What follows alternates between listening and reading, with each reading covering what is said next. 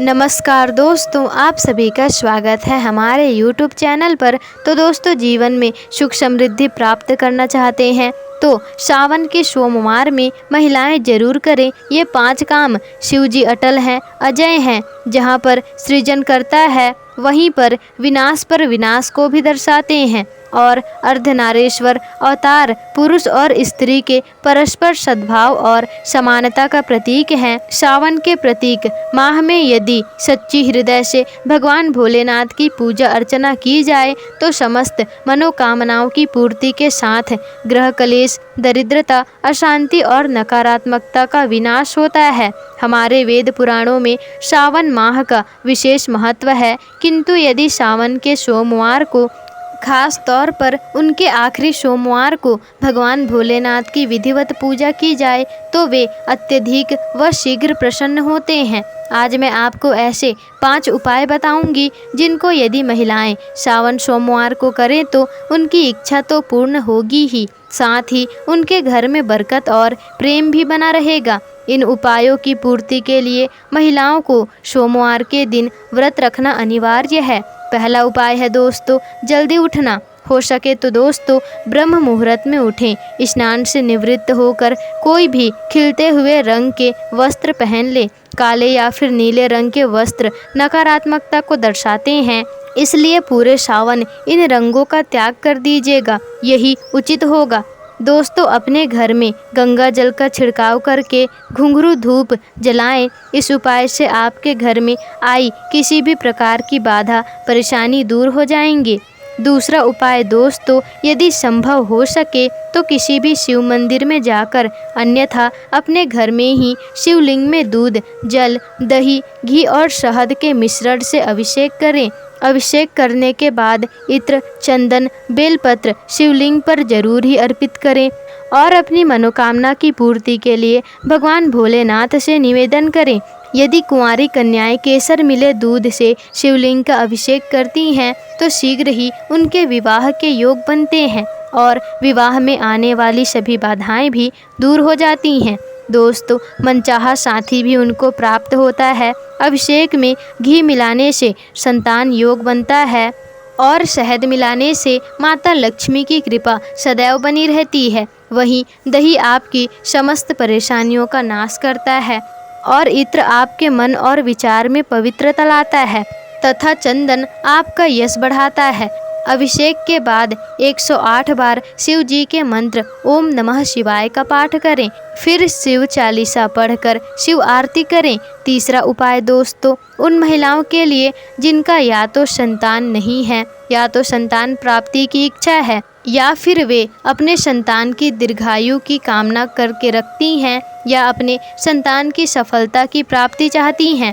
इस उपाय में सुबह जल्दी उठकर स्नान करने के बाद हरे रंग के वस्त्र धारण कर लें, फिर बिना जल ग्रहण किए शिवलिंग को हरे कपड़े पर स्थापित करें, फिर उनका जल से अभिषेक करना है। फिर बेलपत्र, इत्र, चंदन अर्पित करके शिवलिंग के आगे नवनिधि रुद्राक्ष जल को रखना है और उसके बाद में इस नवनिधि रुद्राक्ष को जल को हमेशा के लिए रख लीजिएगा।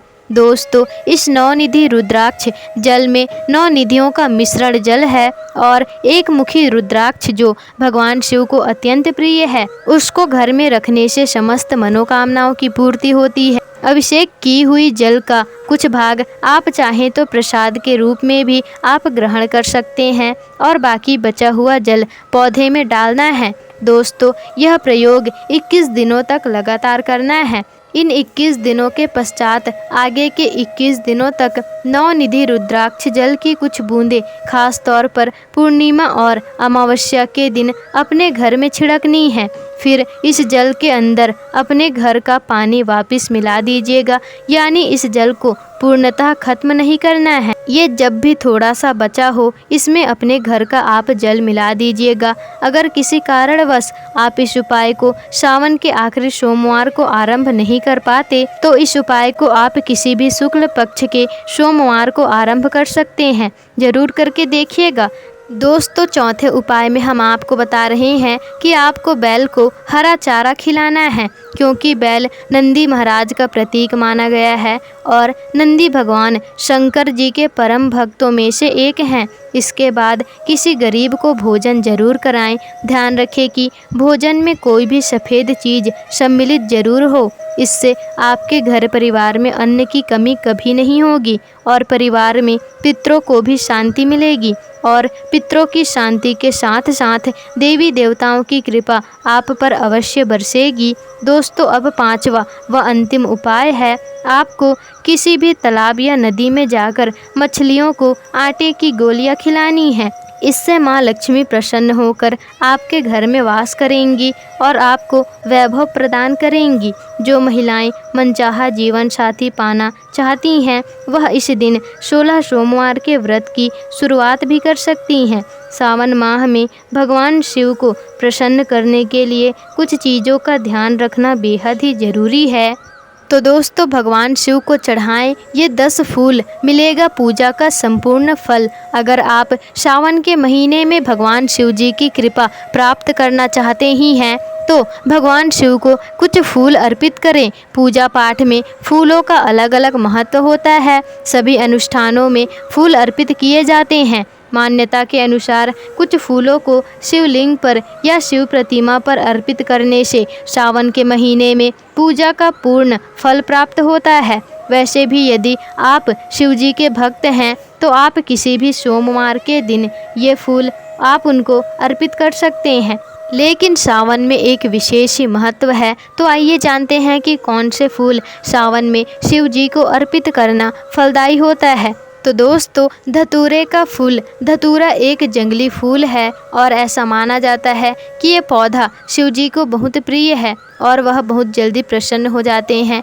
इसलिए दोस्तों इस फूल को भगवान शिव जी पर चढ़ाने से सभी मनोकामनाओं की पूर्ति होती है और ख़ास तौर पर सावन में शिवलिंग पर ये फूल जरूर चढ़ाए जाने चाहिए। सफ़ेद मुकुंद का फूल, दोस्तों सफ़ेद मुकुंद का फूल यह एक तारे के आकार का फूल होता है और ऐसा माना जाता है कि अगर इस फूल को शिव जी को चढ़ाया जाए तो सभी प्रकार के दोषों से मुक्ति मिलती है। और अब आता है दोस्तों श्रृंगार का फूल। श्रृंगार का फूल रात में खिलने वाला फूल है।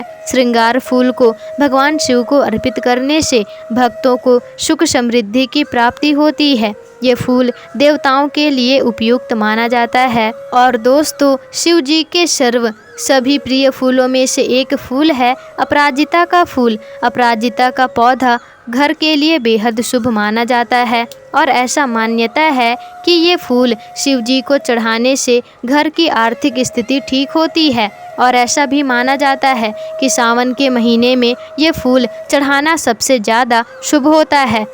दोस्तों अब अगला है शमी का फूल। ऐसा माना जाता है कि शमी का पौधा घर के बाहर लगाने से शनि देव की विशेष कृपा प्राप्त होती है। साथ ही ऐसा भी माना जाता है कि शमी का फूल शिव जी को चढ़ाने से समस्त मनोकामनाओं की पूर्ति होती है। अगस्त्य का फूल, सावन के महीने में अगर अगस्त्य का फूल भगवान शिव को चढ़ा दें तो ऐसे व्यक्ति के मान सम्मान में वृद्धि होती है और यश कीर्ति में भी बढ़ोतरी होती है।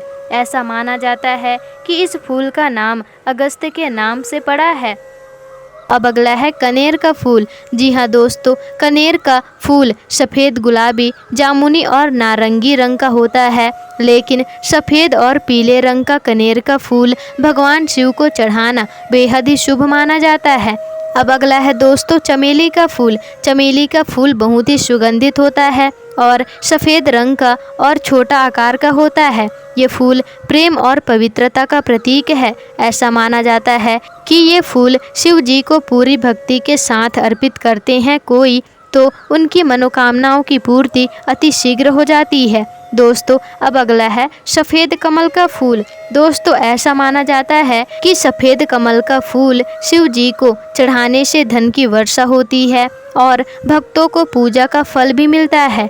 कमल आमतौर पर सफ़ेद और गुलाबी रंग के ही होते हैं। तो दोस्तों सफ़ेद रंग शिव जी का मनपसंद रंग है, इसलिए शिव जी को सफ़ेद कमल का फूल चढ़ाना बहुत ही शुभ माना जाता है। दोस्तों अब अगला है बेला का फूल। सावन के महीने में बेला का फूल भगवान शिव जी को अर्पित करने से विवाह संबंधित बाधाओं से मुक्ति मिलती है।